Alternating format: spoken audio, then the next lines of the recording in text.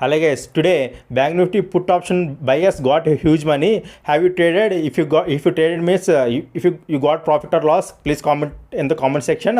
Coming to the Bank Nifty, today closed at 640 points down and closed at 48,500 levels. Let's see pivot points, pivot point supports and resistance for Bank Nifty for tomorrow 30th May Thursday. Okay, Bank Nifty is closed at 48,500 levels. Midpoint for Bank Nifty for tomorrow is 48,640 levels. Okay, if market able to sustain below this 48,640 levels means you can look for the first support, that is 48,260 levels. Second support is 48,020 levels.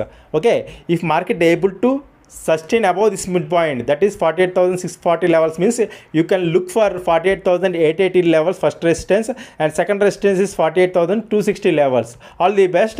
Please like and subscribe us. Wait 30 minutes for confirmation.